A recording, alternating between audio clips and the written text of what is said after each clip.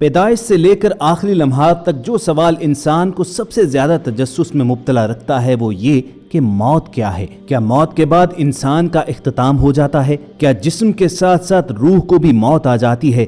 کیا موت کو شکست دی جا سکتی ہے یا اسے محض ایک ممنوع موضوع سمجھ کر یوں ہی چھوڑ دیا جائے؟ دین اسلام کی تعلیمات تو ہمیں یہ بتاتی ہیں اور یہ ہمارے ایمان کا حصہ بھی ہے کہ موت ایک ظاہری ٹرانسفارمیشن ہے۔ مرنے کے بعد انسان کی داستان ختم نہیں ہوتی ہے بلکہ اس عارضی دنیا سے وہ مہاجرت اختیار کر کے اس ابدی اور ہمیشہ قائم رہنے والی دنیا میں چلا جاتا ہے جہاں موت کو بھی موت دے دی جاتی ہے۔ لیکن مغرب کا سائنسدان ہمارے انداز میں نہیں سوچتا ہے۔ وہ مذہب اور خصوصاً اسلام کو قدم قدم پر چیلنج کرنے کی کوشش کرتا ہے، تمام تر تعلیمات کو سائنسی تجربات کی بنا پر پرکھتا ہے اور دلائل کی بنا پر انہیں تسلیم یا انہیں ریجیکٹ کرتا ہے۔ تو آج کی ویڈیو میں موت جیسے موضوع پر کی جانے والی جدید تحقیق آپ کے ساتھ شیئر کریں گے اور آپ کو تفصیلاً بتائیں گے کہ جب کچھ قریب المرگ لوگوں پر سائنسدانوں نے تجربات کیے تو انہوں نے موت کے وقت ان لوگوں کے کیا تاثرات ریکارڈ کیے اور اس کے ساتھ ساتھ اسلامی عقائد کی کس طرح توثیق ہوئی۔ لیکن دوستو، ویڈیو کی شروعات سے پہلے آپ ریڈ بٹن پر کلک کر کے اور بیل آئیکن کو پریس کر کے ہمارے چینل کے سبسکرائبر ضرور بنیے تاکہ ایسی تاریخی، اسلامی اور معلوماتی ویڈیوز آپ کو روزانہ کی بنیاد پر ملتی رہیں۔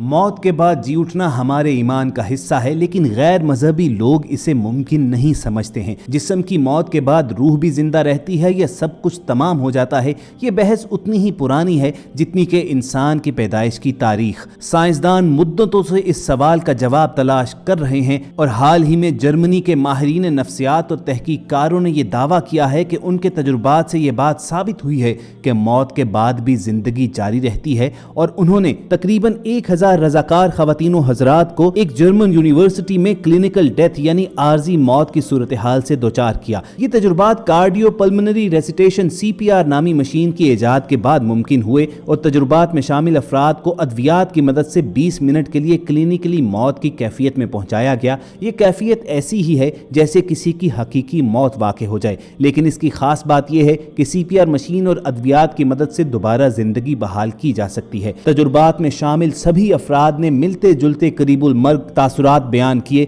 جن میں اوپر کی جانب اٹھ جانے، بہت سکون اور راحت محسوس کرنے، جسم مردہ ہو جانے کے باوجود سب احوال کا مشاہدہ کر سکنے کی کیفیات شامل ہیں۔ اس ریسرچ کے سربراہ ڈاکٹر برتھولڈ ایکرمن کا کہنا ہے کہ سب شرکاء نے یہ بتایا کہ ان کا جسم مردہ ہونے کے باوجود وہ ہر چیز کا مشاہدہ کر سکتے تھے۔ بہت سے لوگوں نے یہ محسوس کیا کہ گویا جیسے وہ ایک سرنگ سے گزر رہے ہوں اور سرنگ کے آخر میں انہیں روشنی نظر آ رہی ہو۔ ڈاکٹر برتھولڈ ایکرمن کا کہنا تھا کہ ان تجربات نے ثابت کیا ہے کہ جسم مردہ ہونے سے زندگی کا اختتام نہیں ہوتا، بلکہ انسان ایک لطیف حالت اور کیفیت میں چلا جاتا ہے اور ایک اور زندگی کا آغاز ہو جاتا ہے۔ ان تجربات سے گزرنے والے ہندوؤں، عیسائیوں، مسلمانوں، حتیٰ کہ لادینوں نے سب نے ایک ہی طرح کے احساسات بیان کیے۔ اب خواتین حضرات، جرمنی میں کیے گئے اس تجربے میں تو لوگ کو کلینکلی ڈیتھ کی کیفیت میں پہنچایا گیا تھا، یعنی وہ تندرست لوگ تھے، لیکن برلن اور اوہایو کی یونیورسٹیز میں سائنسدانوں نے قریب المرگ لوگوں پر بھی تجربات کیے اور یہ جاننے کی کوشش کی کہ مرتے وقت کسی کے دماغ میں آخر کیا ہوتا ہے۔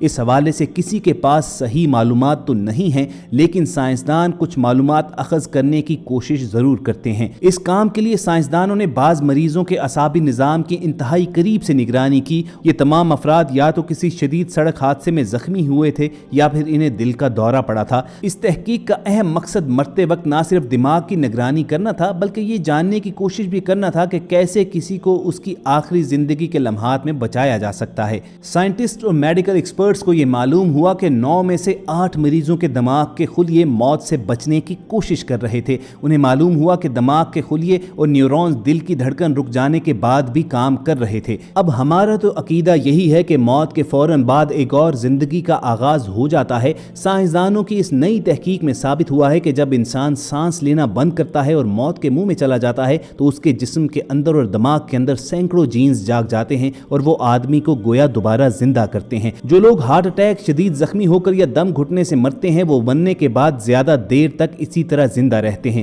تحقیقاتی ٹیم کے رکن اور مائکرو بایولوجی کے پروفیسر پیٹر نوبل کا کہنا تھا